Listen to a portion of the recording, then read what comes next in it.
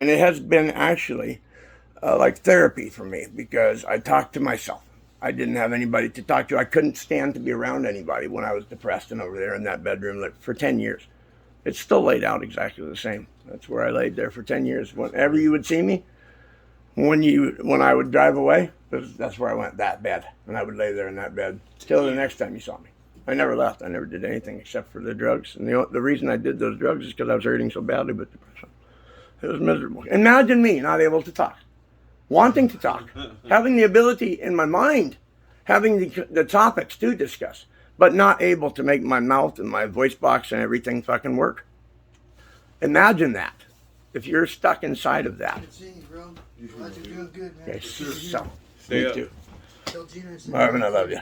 I love you too, bro. Thank you for It was getting really hold good of me. seeing you.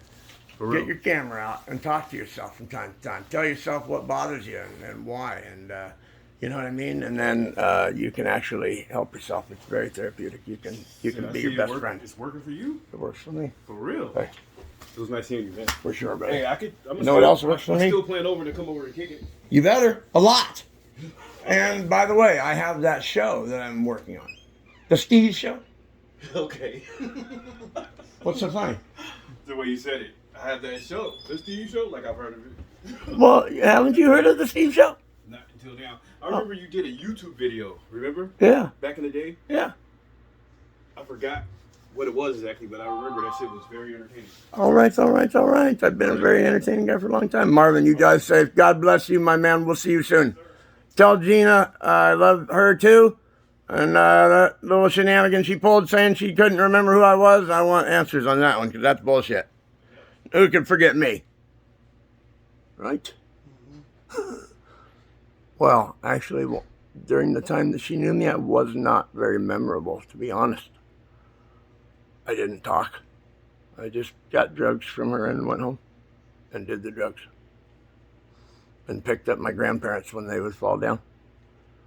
And did as much as I could do around here in that condition, which wasn't much. I laid there, miserable, wanting to die every fucking minute. Every minute I wanted to be dead. I didn't want to live another second for that matter. Because there was, as far as I was concerned, it was never going to get any better.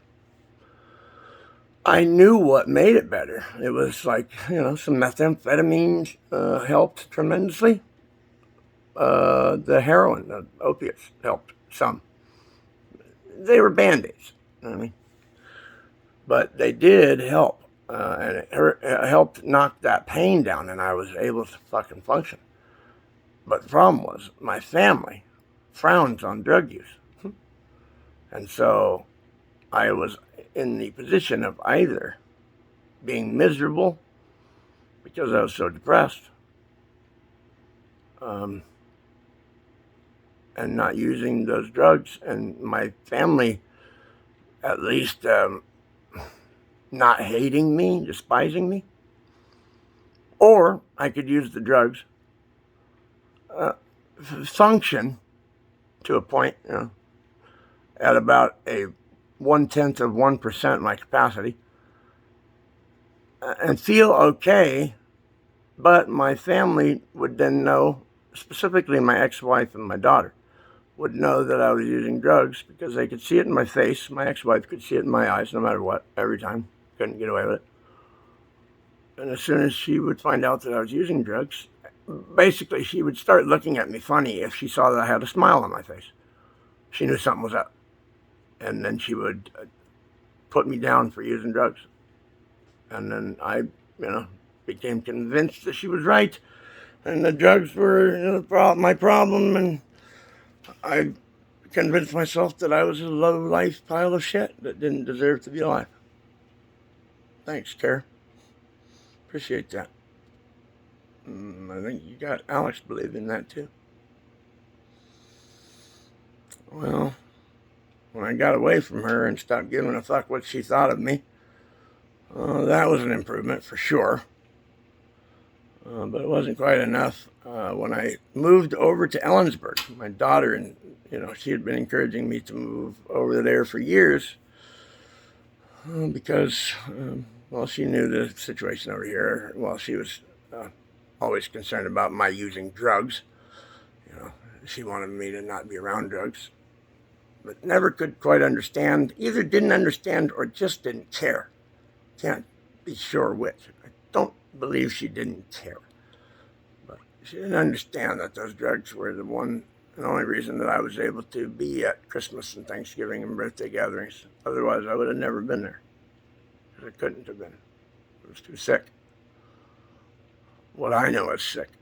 And nobody fucking will acknowledge that a person with a mental illness is sick.